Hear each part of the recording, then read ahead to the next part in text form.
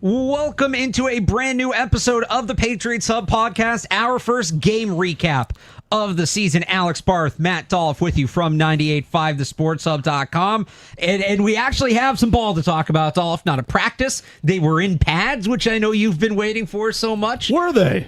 We got a real game to talk about. I didn't go check the film. They were in pads? They were in pads. Wow. You might not know it based on the way they blocked the run, but they were in pads. Patriots do come up on the wrong side of this one, 20-13, but it's week one. And week one is a learning experience, first and foremost. Week one can also be kind of deceiving. We all remember how week one went last year and the rest of the season. So right. I think a lot of week one discourse, we'll do a lot of this here over the next however long this podcast goes. We like to say half an hour. It's usually closer to an hour. Yeah. But a lot of week one is simply, we saw this. Is it real or is it not? Right? Is this something that is going to be a trend over the course of the season?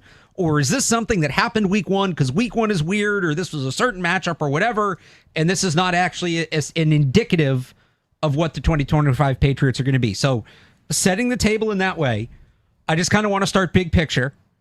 The thing you were most encouraged by in week one that you think is real, the thing you're most encouraged by that you think we are going to see about this team this year, and the thing you're most worried by for this team this year that you think is a real long-term worry, and which one do you feel strongly about? What you're worried about or what you felt good about? Well, I feel more strongly in the concern direction, All right, especially so the way you set that up. Yeah. The thing I'm encouraged about, I don't know that it's necessarily real. Encouraging doesn't necessarily mean this is what it's going to be for the rest of the season, right? It's just encouraging, right? Right. The concerning thing, to me, was the coaching, right? And so I came out of the game and I wrote about it on the website that the coach and quarterback had a bad day, and you can extend it to the entire coaching staff. Yeah. And so we already knew that they didn't have enough talent to hang with the high end teams in the conference. But even the Raiders, they have better high end talent. The top end of their roster is probably more talented than the Patriots. Although Brock Bowers did not play a lot in this game. Bowers didn't play a lot, but when he was out there, he made an impact. He definitely did. And Jacoby Myers, you could argue, is better than most of what the Patriots have at wide receiver. Ashton Genty was probably the best running back on the field, as excited as we are about Travion Henderson.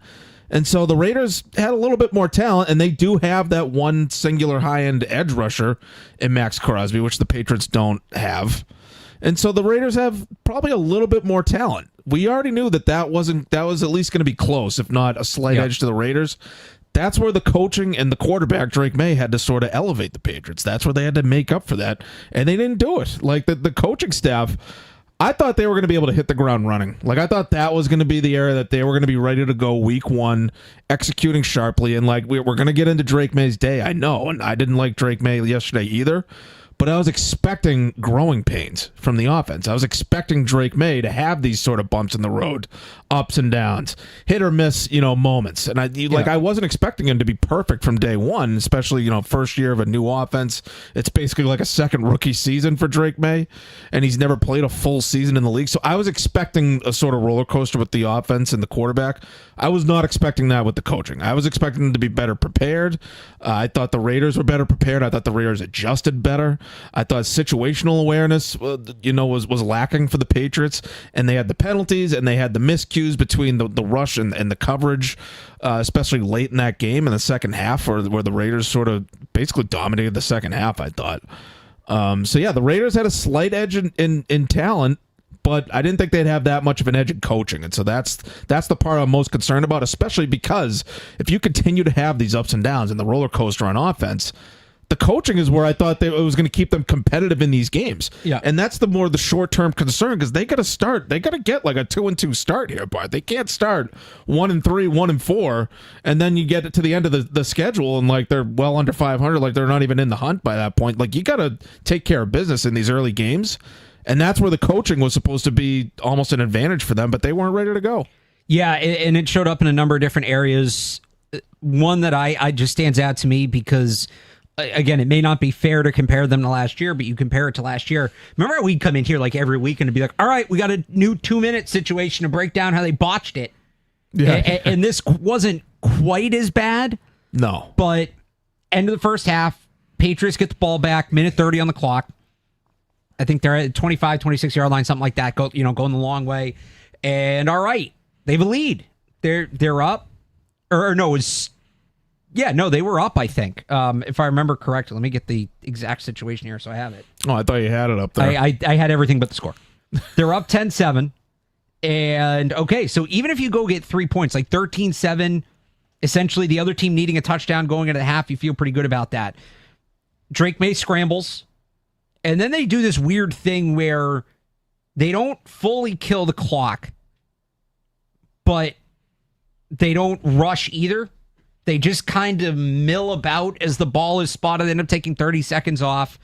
They run the ball. Ramondre goes out of bounds. So you have a 3rd and 1 at the 35 for a chance to keep going.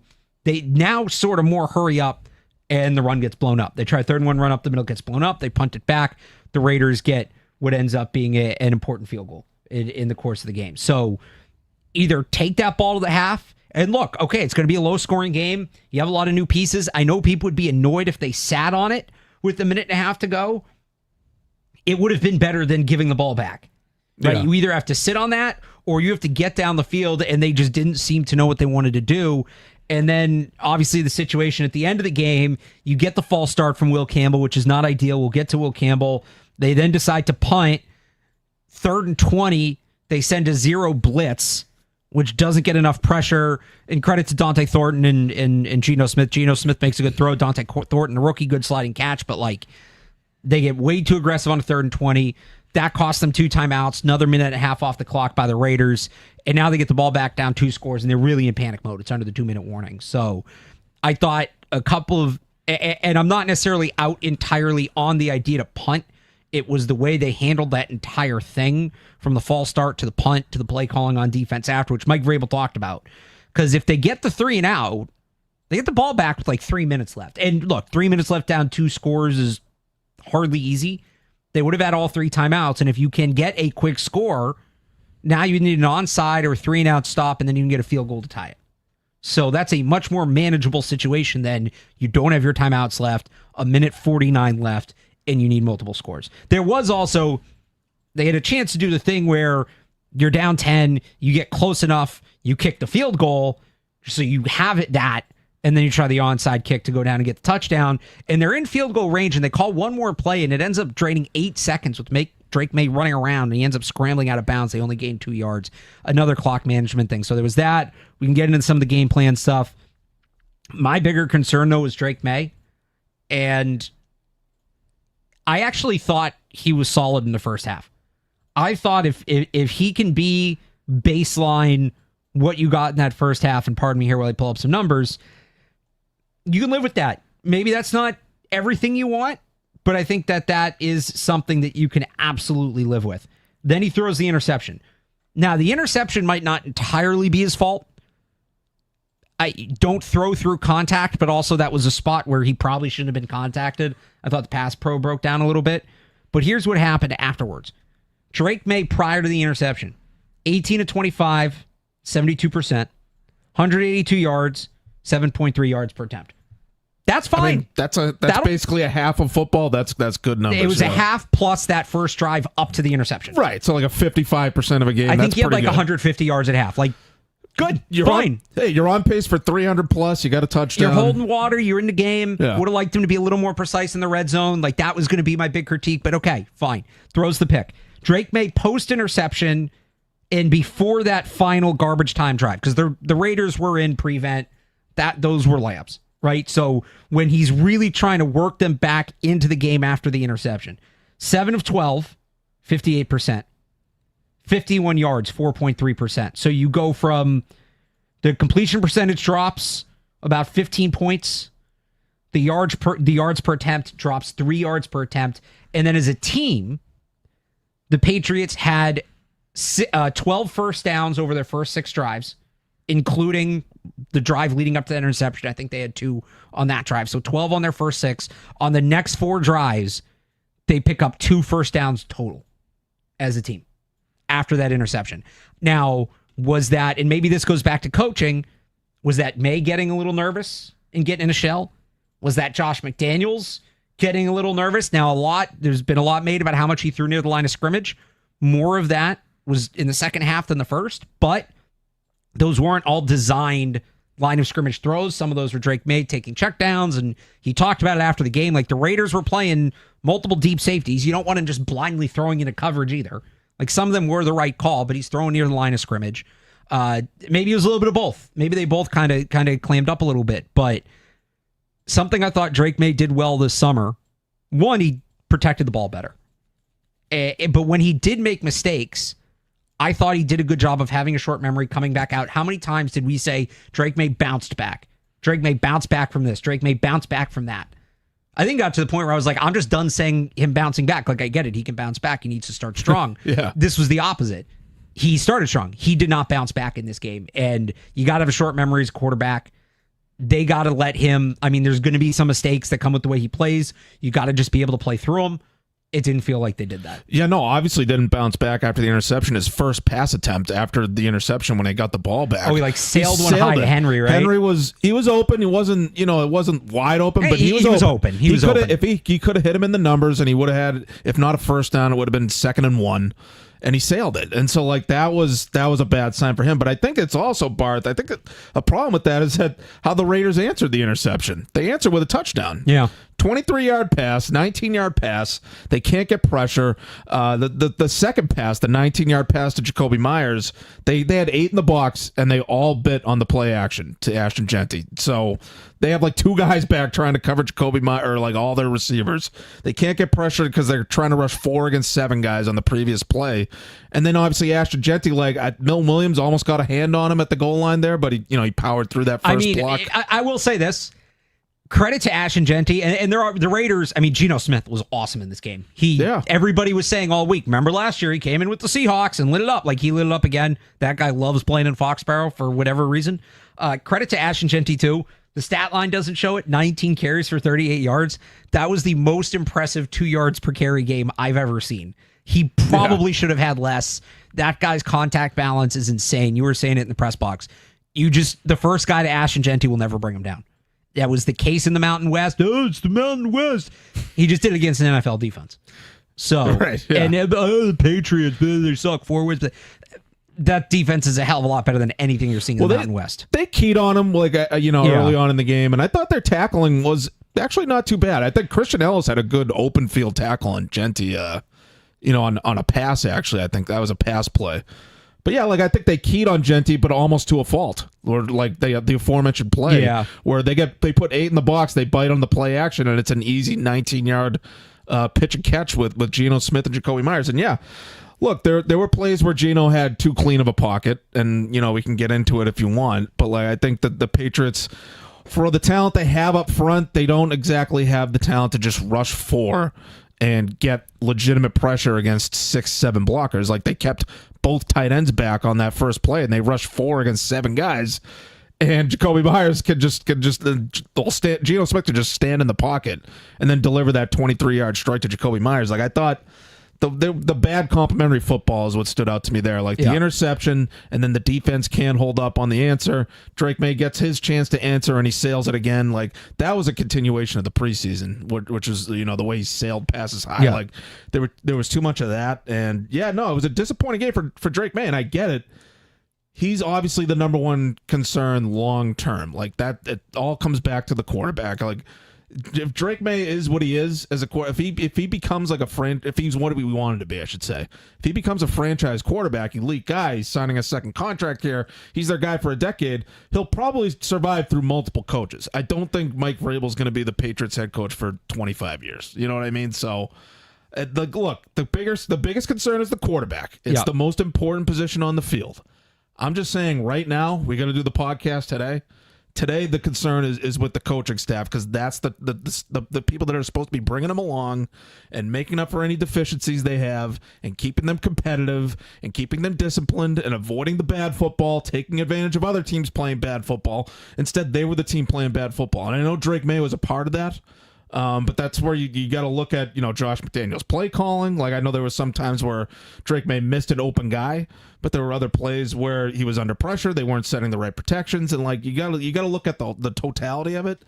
And look, I'm concerned about Drake Maye, but like the coaching staff is what's supposed to be keeping them afloat right now. Yeah. Early in the schedule, that is where they were supposed to be able to hit the ground running, is they were going to come right out and be a tough, smart, disciplined football team, and they just weren't. Well, and I think some of that, to compare it and contrast it with Maye, is I've talked about this a lot with Drake Maye. You look at, so there's obviously Jaden Daniels. Jaden Daniels, day one, stud. Just elite quarterback. After 7 years in college. After 7 years in college, fair, which Drake Maye did not have. But like he hasn't played 7 years in his life. He just, honestly, with the time he missed in high school because of COVID, you might be right. He might have played less than start high school. I don't think that's that far off, actually. I don't think so. But like Jaden Daniels came in the NFL right away for whatever reason and was awesome. And that happens with some guys. Some guys take a little longer. Josh Allen is the poster child for this, where it wasn't till really the beginning of his third year that like he started his third year and just looked great. But you look at his first year, he was worse than Drake Maye was last year. But for a lot of these guys, even the guys who are solid their first year, solid but not spectacular, and then become these all-pro quarterbacks, it usually happens 5 to 9 weeks into year two. During this year. Right, yeah. During the second year. So this is all the different degrees, but if you go look, and second year is a starter. So if a guy sits on the bench the entirety of his first year, that doesn't count. But if you look at guys like Jalen Hurts, like Joe Burrow, Josh Allen, Justin Herbert has a little bit of this. If you look at his game, it's that, right around Halloween, that second year is when you see the numbers take off. And when you see that elite quarterback production start to show. So for Drake Maye, look, he's got to be better than he was yesterday. And he's learning a new offense, there is reasonably a ramp up for him. Now, that's not to say he's just going to snap his fingers and get better and don't worry about Drake Maye at all. He's fine because suddenly, magically, week 5, he'll be an MVP candidate. But there's a lot of recent history that kind of suggests that that's the way this goes for a player like him. Mid-year, year 2, if he's ever going to, that's when he figures out. He's either going to figure out then or he's not going to figure it out. He didn't need to come out week 1 and be the final version of himself that he's going to be.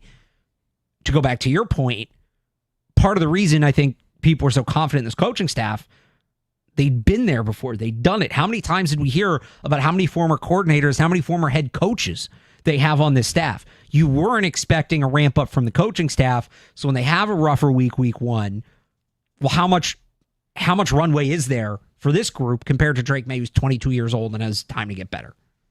Right. Yeah. No, I expect him to get better. I'm not asking you the question. I'm just kind of putting it out there. I'm earmarking that middle stretch of the season when they're playing Cleveland, Tennessee. He should be starting to hit a stride, or at least looking better by that point. But we're not. No, my take is agreeing with you. What I'm saying is we can do that for Drake Maye. We should not be doing that for the coaching staff. Yeah, that's sort of what I'm saying. Is that we should be expecting them to ramp up and gradually get better as a coaching staff. That's where they should have been able to come out of the gate with a good plan, situationally sound, situationally prepared, having everybody the defensive. This is what I sounded the alarms kind of on Terrell Williams, where it's he's never been a defensive coordinator. Did the defense seem coordinated yesterday? Didn't really seem they got some talent, but they didn't seem coordinated. I will say this about the defense. I want to get into the pass rush because you mentioned it. It felt like it ran hot and cold. It was either a 5-second pocket for Geno Smith where he was on his ass right away. There was not a ton of sustained, just general pressure. They blitzed a lot. Anywhere you look, the number, because all these outlets, PFF, Next Gen Stats, they all grade a little differently. Anywhere from the high 40s to even 50%, which is a lot. That's a lot of times to blitz. That game plan, to me, makes a lot more sense when you have Christian Gonzalez. Yeah. All right, we've got Carlton Davis on this side. We got Christian Gonzalez on the other. We're not expecting these receivers to break open quickly. And so we can send more pressure and we can get right on him because he's not going to have a quick outlet. Marcus Jones in the slot being a part of that as well. I think they may, and there were times, so for instance, the deep ball to Dante Thornton, that was kind of the dagger there late in the game on the 3rd and 20. Carlton Davis plays that relatively well. I do want to give some credit to Smith and Thornton. It's a great throw. It's a great catch. But that's probably Christian Gonzalez in another situation. I've seen Gonzalez play that ball differently. they might have missed Gonzalez. And you saw at times Alex Austin and, other corners get beat. I think they missed Christian Gonzalez more than we thought they would. The game plan was a little all over the place. There were some things where they just got too cute. Dropping Milton Williams and Christian Barmore in a coverage on a 3rd and 11. And sending Spillane and Ellis. Yeah. That was the first touchdown, by the way. Right. That's too cute. That's too cute. But clearly, there are other things I think will make more sense once they have Christian Gonzalez back. And they are going to get Christian Gonzalez back at some point. So, but within that, you're going to lose people over the course of the year due to injury. How do they adjust? And so that's where I come away from the defensive game plan.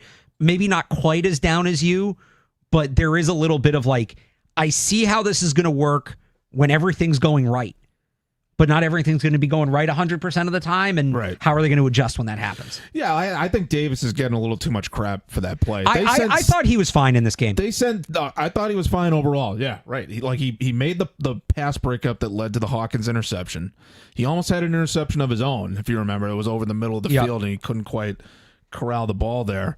So I didn't think Davis was that bad. And he's not even going to be there. He's supposed to be their number 2 corner. He's not going to be their number 1 corner, hopefully. Hopefully Gonzalez comes back and he doesn't. Sooner rather than later, we hope. But I think he's even getting too much crap for that 3rd and 20 play. They sent 6 rushers and they couldn't get to him.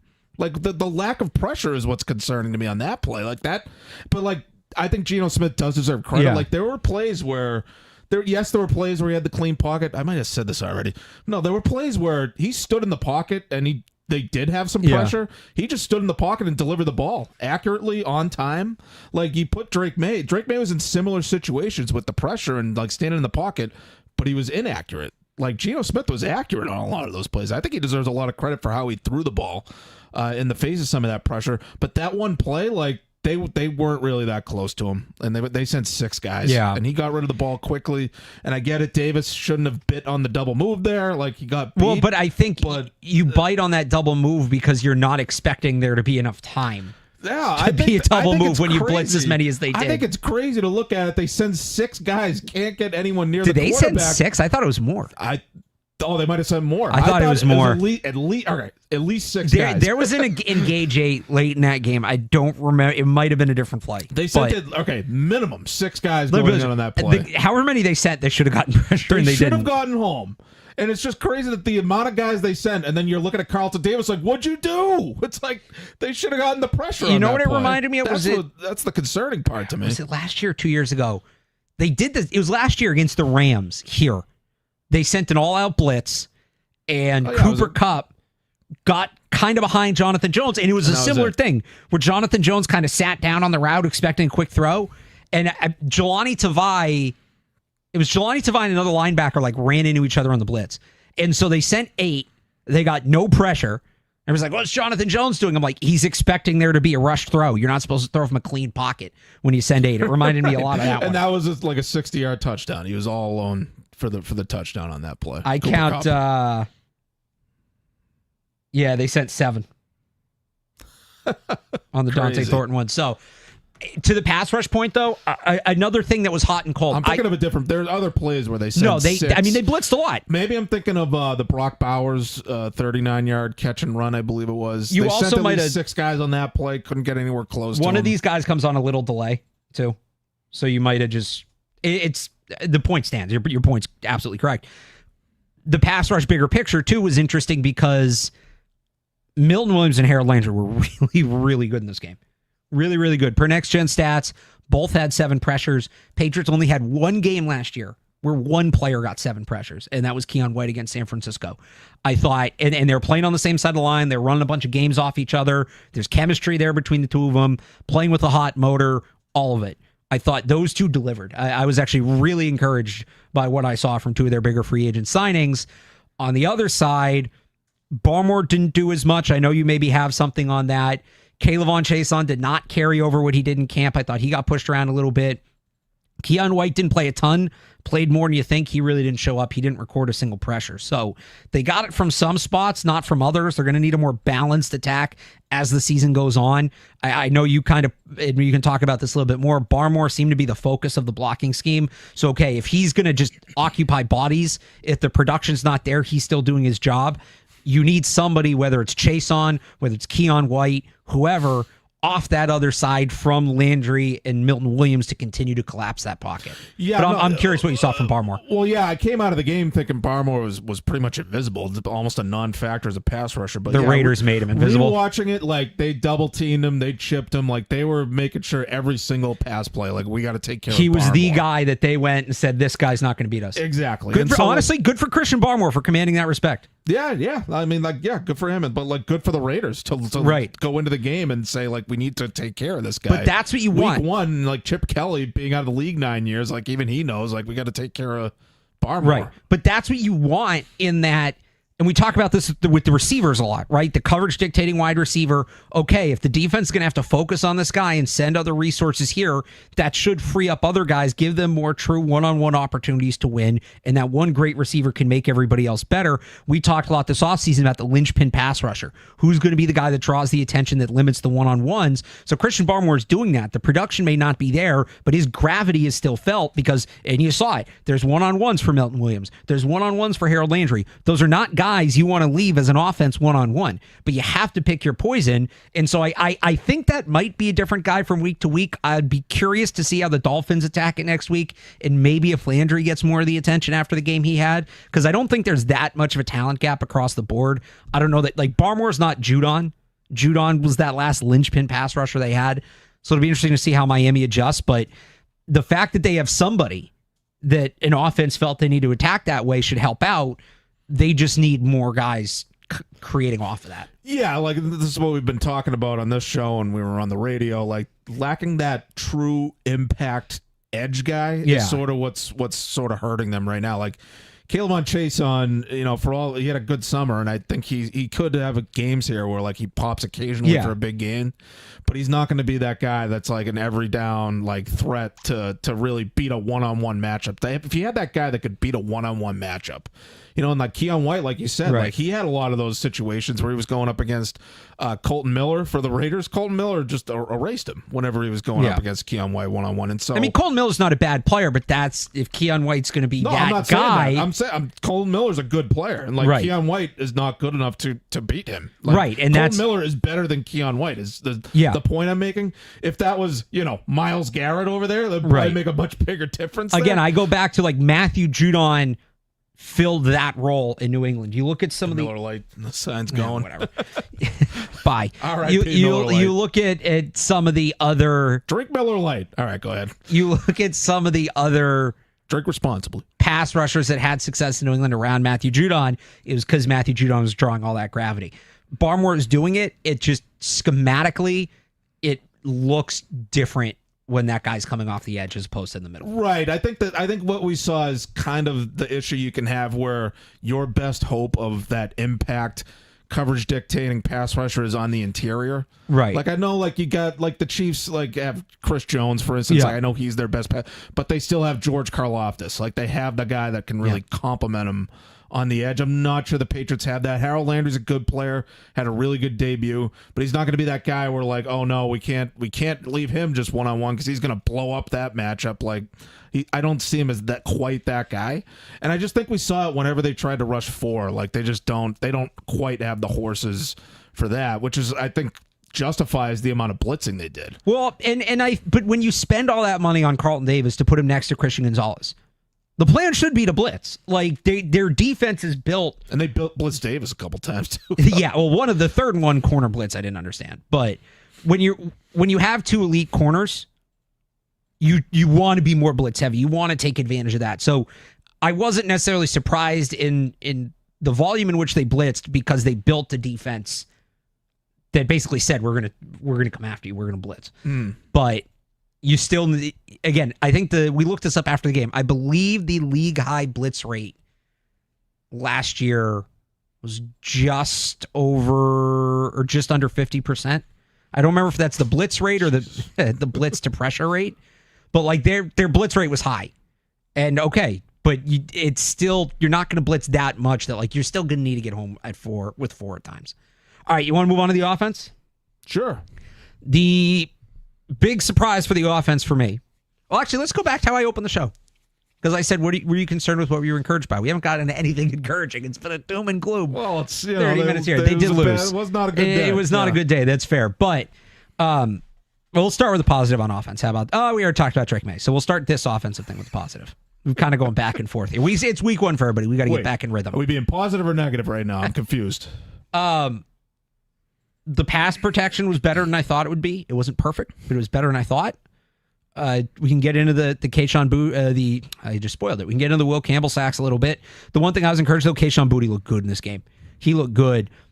8 targets, 6 catches, 5 for first downs. The one that wasn't was a 14-yard catch on 2nd and 15, where there was, he ran the route a little short in order to create the separation, which on 2nd and 15, fine. I'll take a 3rd and 1. And that's what all day, he was separating at the top of the route. He was creating easy windows for Drake Maye to put the ball into. Now, they went away from it a little more in the second half, which was concerning. I think the Raiders did more to key in on him in the second half, which is probably part of that. But if they're going to be better at chunk plays, and I'm not talking about 50, 60, 70-yard touchdowns. If they're going to be more consistent getting 13, 15, 20 yards at a pop, right? He's the guy. Mm-hmm. And that's what he did yesterday. It was just over the middle, intermediate. Over the middle, intermediate. There were a couple comebacks along the sideline, but he stood as an intermediate receiver yesterday. They've been missing an X that can operate that way for a long time. And it's what he did in camp. Like, it didn't look that different. It didn't kind of nowhere. It didn't look that different than what he did in the summer.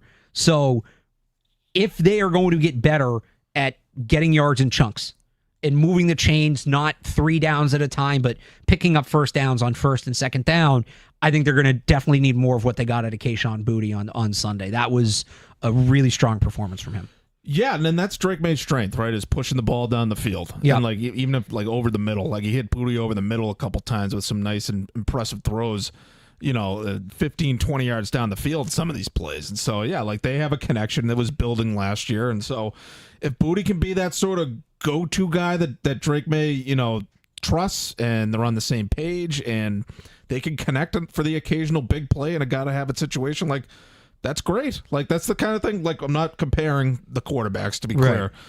But that's what we saw back in the Brady days, where it's like he didn't need that superstar, but he needed that guy that he could trust to go to. And I think Mike Vrabel said that earlier today. He's like, there's trust there with the quarterback. Like, he had trust with guys like Brandon LaFell and Malcolm Mitchell, guys like that they've had over the years. Like, if Kayshon Boutte could be that guy, that would be a good development. That would be very helpful. I get it. They probably don't have the stud pass catcher on this team. Not yet. They probably still have to go fishing around for something like that. It doesn't look like Diggs is going to be that guy, and Pop Douglas. I know he caught the touchdown yesterday. I don't see him necessarily as a big play guy, but if Boutte can be that guy and like they're on the same page and there's trust there, like I got no problem with him. Yeah, I thought he was good. I also thought the pass protection was better than I expected. It wasn't perfect. Morgan Moses had kind of a rough game, but he's going up against Max Crosby. Crosby Right. didn't feel like took over the game. He had big moments. Didn't feel like he totally took over the game. Will Campbell, because his high draft pick was always going to get picked apart. The penalties were bad. 2 false starts, both came at inopportune times. You can't have those. And he did have a little bit of a penalty problem, false start problem last year in college. Didn't his first 2 years.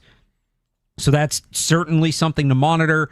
And that pattern that we saw this summer of he would be good for extended stretches, right? We talk about, okay, he allowed 3 pressures in this entire practice. Okay, but they all came in the span of 5 plays. And it would kind of snowball a little bit before he could get his feet back under him. You saw that with the strip sack and then the false start late in the game there. So that's something he needs to work on. As for the 2 sacks that are kind of being tied to him, I don't put him chiefly at fault for either one. So the first one, he's blocking Tyree Wilson. Drake Maye gets pressured from the other side, steps up in the pocket, probably climbs a little too far. Tyree Wilson simply disengages with Will Campbell, turns to his left. Drake Maye's right there. He sacks him. Do you want Will Campbell to maybe be a little more resistant in that situation? Yeah, that's going to come in time with chemistry when he learns how Drake Maye navigates the pocket. Talked to David Andrews a little bit about this today. We'll have more. That podcast will be out tonight. But some of that is just pocket awareness and knowing where your blockers are, the blockers knowing where the quarterback is. That wasn't a case of Andrews getting technically beat. It's a nice heads-up play by Wilson. The other one is a little tougher to say because we don't know the play call. And this is the strip sack for Malcolm Kuntz that puts him in a bad spot, puts him in a 2nd and 18. So if you go back and watch that play, Campbell and Stevenson both meet Kuntz at the spot. Stevenson gives him a little bit of an elbow and keeps going. If it's supposed to be a chip or it's supposed to be help, it's not enough from Stevenson. It's not a check and release. He doesn't check and release. He doesn't chip. He just kind of gives him a shove. If it's, okay, I'm running out my route. Oh, there's a pass rusher here. I'm just going to throw a little something to help out. And sometimes guys will do that even if it's not in the design. Then, yeah, he threw a little something and that's on Campbell. But you look at how they were giving Campbell help at sometimes in the game and just how McDaniels has called this in the past. And you look at the way Campbell sets for it, it looks like he's expecting help. So we ultimately don't know the play. My best guess is you're looking for more there from Ramondre Stevenson in terms of help. They both got beat. But you're probably looking more from Ramondre Stevenson there in terms of help, and that results in the strip sack. So big picture, the penalties need to be cleaned up. As a blocker, I think if that's more or less what you get from Will Campbell week in and week out, he justifies the pick. You have a starting caliber left tackle. It was 2 weird plays that he allowed the sacks on, and besides that, he was solid. I'm glad you brought up that first sack, but I don't put that on Campbell at all. The pressure was up the middle from Crosby. I think on Owenu. I think he kind of Jared Wilson. He kind of like splits Jared Wilson and Bradbury a little bit. Yeah, it was. It's a good play by Crosby. Crosby beat Wilson and Bradbury clean up the middle there. Yeah, Jared Wilson was not as good if we're talking about rookie line. Wilson had a bad game overall. Yeah, but Crosby splits him and Bradbury up the middle. Drake Maye steps into the sack. I don't put that on Campbell at all. The strip sack, like I'm glad you brought up the expecting help part of it, because I looked at that play at first. I was like, "Oh, Campbell wasn't set there. He couldn't set his feet. So he wasn't really ready for the block there." But then I rewatched it after you said, "Oh, Stevenson didn't give him enough there," and Campbell is sort of set as if he's expecting help to his left. That's what it looked like. Where Stevenson is. It looked like he was getting into his stance, expecting that he was going to have Stevenson helping him there on the left side, and Stevenson didn't give him nearly enough. He gave him what you said, like just the little shoulder, and I'm going out for my route. And it was a useless route because of Drake Maye fumbled it by the time Stevenson even started into his route there. So I don't know if that was a miscommunication, if Stevenson thought he was supposed to go out for the route, but he was really supposed to just stay back and block. It felt like the guys weren't on the same page there, but I'm going to put it on the 5th-year player who has played in the Josh McDaniels system before over the rookie starting his first game. I don't put either of those sacks on Will Campbell, not entirely anyway. Yeah, I mean, that second one, I think he probably could have been more competitive a little bit, but again, without knowing the play call, just having watched this offense for and going off what David Andrews said, I'll give him a half a sack between the 2 sacks. I'll give him one half. I think that's fair. And again, half of Stevenson, and the other one goes to Wilson and Bradbury. And again, 6:00 tonight, Sports Hub YouTube channel, Patriots Hub Podcast. David Andrews breaks it down better. I trust his thoughts on the offense a lot more than I trust either of ours, frankly. Oh no, did he agree or disagree? No, he said based on what he knows about the offense, probably should have been more help there. Okay. Not good. Spoil the pod. We get more into it, but we're on the same page with Super Bowl winning center David Andrews. I'll kind of take the benefit of it. I'll take his knowledge there. I was gonna say if he was saying the opposite of what we were, I will stop talking. Trust me, I would have opened with that. Yeah. The bigger concern for the offensive line too. So I opened up saying the pass blocking better than I thought. Not perfect, better than I thought. The run blocking much worse than I thought. I thought this was going to be a strength of this team. They struggled to run the ball. They had only one run of more than 10 yards, and it was credit to Josh McDaniels. Really fun, cool, innovative play design. They show the tush push on 3rd and 1, pop Travion Henderson around the edge, Drake Maye quick little handoff. That was one of my favorite play calls of the game. After that, Henderson had a 7-yard run on his first carry in which he broke a tackle. Ramondre Stevenson's longest run was 6 yards. I actually posted it on my social media. They used Mac Hollins as a fullback out of the shotgun, which is kind of an interesting look. They then tried to build a pass play off of it, which didn't work, but they drew a pass interference on a 4th and short, but that's a whole other thing.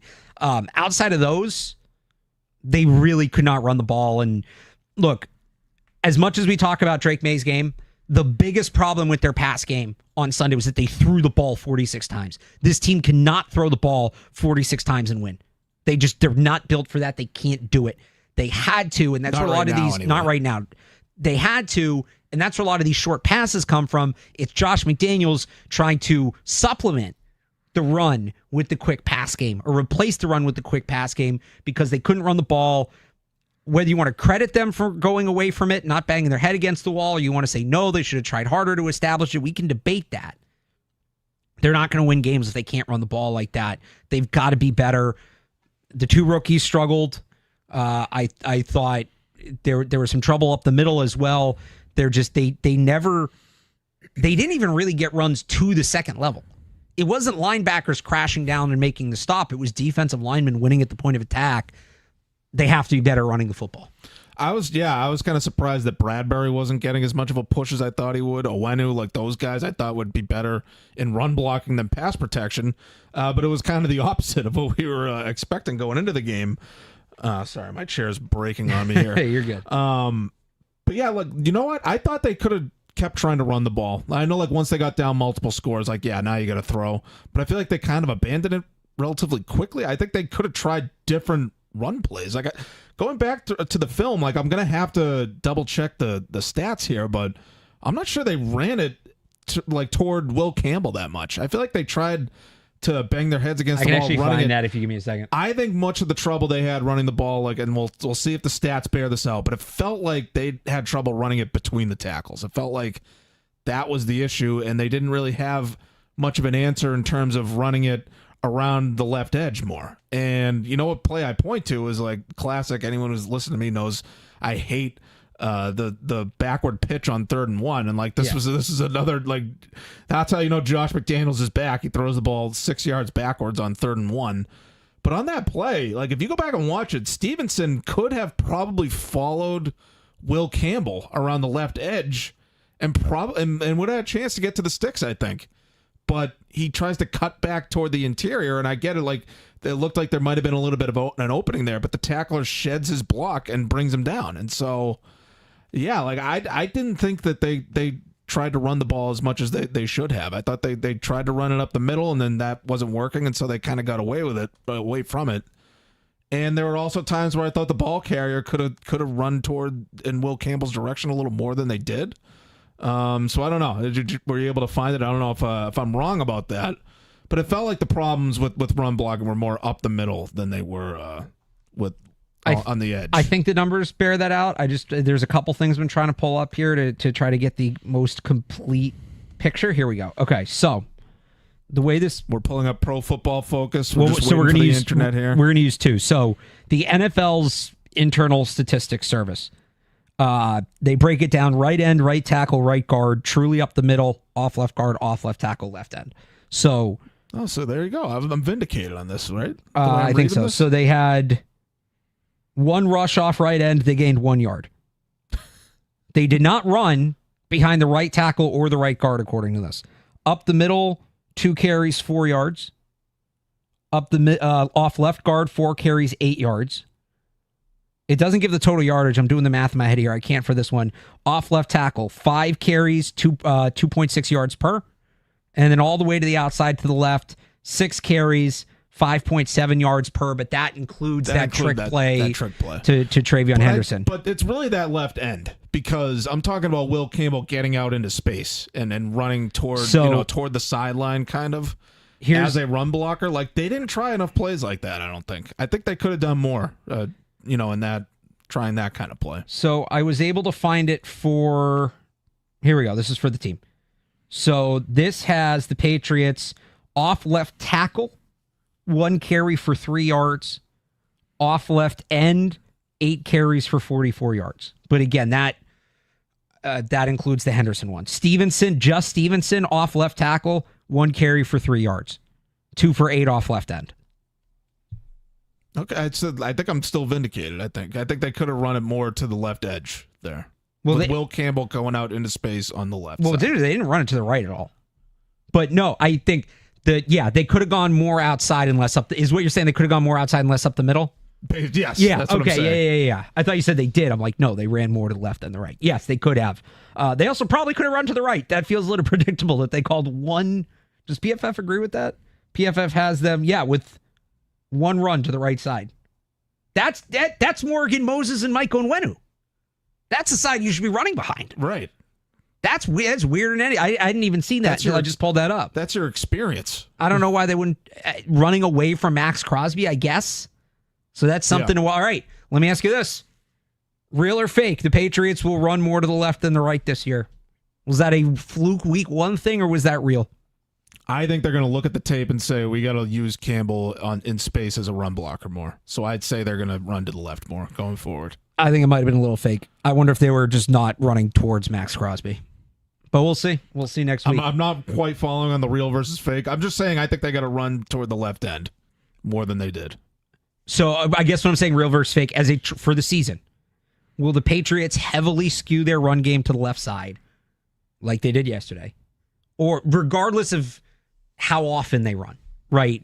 Just the ratio of runs to the left versus runs to the right. Will it be heavily skewed to the left side, or will there be more balance than running left and running right? I don't know. I gotta look at the schedule with that. That's fair. Because Okay. they're gonna game plan according. Because what if the Max Crosby of the next opponent is on the other side? You know what I mean? That's fair. But if we're looking at it just in terms of their personnel, Will Campbell should be utilized as a run blocker. That's the point I'm making here. I don't think they utilized him enough as a run blocker. And the running backs are part of that. Stevenson cutting back inside instead of following Campbell on that 3rd and 1 play stands out to me. No, they definitely tried to hammer it more up the middle and weren't able to do that. So, all right. Any other thoughts on the offense? I think we got to everything. Travion Henderson was a big part of the discussion. Why didn't they use him more? I thought he looked kind of hesitant when he had the ball in his hands. He wasn't quite as aggressive as we were hoping. But that's understandable for a guy playing in his first career game. Did it feel like the Raiders are kind of sitting on him a little bit? Was he one of the guys that they kind of circled and said, we're not going to let him beat us? Yeah, and there was that play where it looked like it was supposed to be a screen, but Drake Maye kind of threw it like a dump off, and it kind of took too long to get to Henderson, and the linebacker had all day to diagnose and close on him and make the tackle. There was another. So it felt like they were keying on him. There was another screen to Henderson, too, that Max Crosby just jumped right in front of, and Drake Maye ends up not throwing it and tucks it and scrambles. I think that's the one where he scrambled for a 1-yard loss. But I think that the Raiders made a point of saying we're not going to let Travion Henderson beat us. Definitely some hesitance, but I also, and the kid's a rookie, and you can argue, does that say more about Henderson? Does it say more about the Patriots personnel around him that they said this rookie's not going to beat us? But it kind of felt like the Raiders' game plan, part of it was to take Travion Henderson away. See if Miami does that next week, but that was an interesting one. Real quick on special teams, you concerned about the kicker? Missed his first one from 40, came back, hit from, I think, 35 and 44, I believe, were the other two. So ended up going 2 for 3. Was fine on the kickoffs. The Raiders did put a kickoff short, for what it's worth. But, I mean, it's an inauspicious first miss for Andy Borgalis after John Parker Romo hit not more, but a higher percentage of kicks this summer. Yeah, he hit from 35 and 44 after that. You worried about the kicker? I mean, does it even matter if I'm concerned with it? Because this is their guy. They're not gonna move off him unless he's like a disaster. Well, no, he's their guy, but that's all the more reason. Are you worried? They're going to be in close games. They're going to need him to hit kicks. Then yeah, I'm worried because this is going to be the guy that they're going to be putting in these situations, right? And so the miss was bad because the operation looked good there. The snap was fine. Yeah. Laces out, and he just pulled it. He pushed it right. And so I'm worried because I guess you could say you're worried because that's going to be their guy. Yeah, they're not going to make a change at kicker at this point. One other special teams thought, the kickoff return units look good. Big return from Antonio Gibson. Now they blew it, went 3 and out, but he got them up near midfield. No major returns from the Raiders. I thought overall they got a little more than teams got against the Patriots in the preseason. I think they averaged just over 30 yards per return, but they were always right around, between the 30 and 35, nothing big. So I thought that was good. Yeah, special teams coverage is fine. I thought Jack Gibbons had the one block in the back. I thought that was the only. And Bryce Behringer shanked that punt at the worst possible time. Behringer had a bad day. Yeah. Well, to shank the most questionable punt of the game. Oh, and by the way, it was shanked. Yeah, is not what you're looking for. Vrabel threw him right under the bus. Borgalis, he did. Borgalis was good with kickoffs, though. I'll give him credit for that. And I still think that's part of the reason he won the job. is it wasn't all field goals. I want to leave you with a couple stats. I want to wrap this up with a couple stats before we close it, because if the Patriots are going to get better, we've talked about this. They got to take care of the gimmies, right? And this doesn't reflect on Mike Vrabel because he wasn't here for most of it, but these are two areas they need to be better in. And I was pretty surprised when I looked these stats up. Oh, boy. You already know what this is. We talked about this last night in the press conference. The Patriots, as of last night, that was their 15th one possession loss. Oh, they kicked a late field goal. It nets out. There were games where they were down one possession and the other team scored some BS score late. It all nets out. It all okay, out, it's just 2+ years. There's enough of a sample size here. Last night was the Patriots' 15th one possession loss since the start of the 2023 season.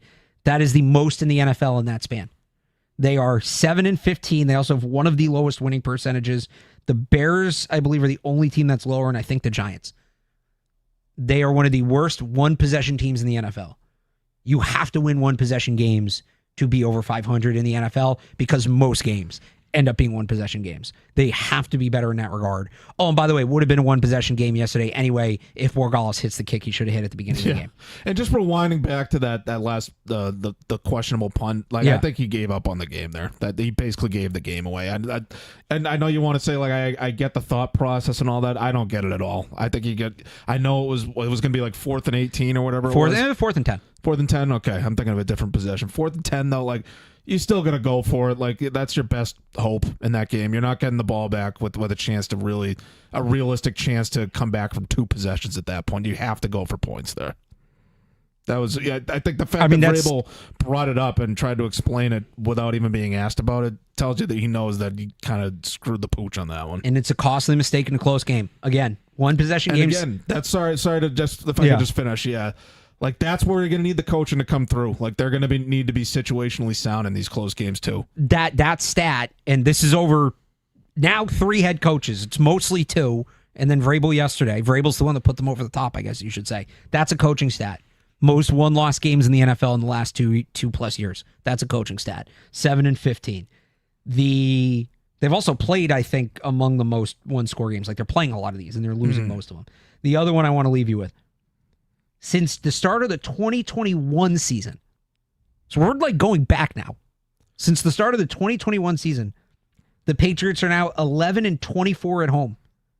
That's 2 more home losses than the next closest team in the NFL in that span. They are the worst home team in the NFL. What's going on now 4 years? Yeah, and they've lost to some bad teams too. You have to take care of business at home in the NFL. That was a game that was winnable.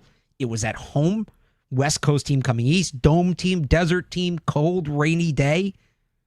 That's a game you've got to take care of. They're right now, as of yesterday, they were as of yesterday at the bottom of the home thing anyway, but they're now at the bottom of the home thing by multiple games.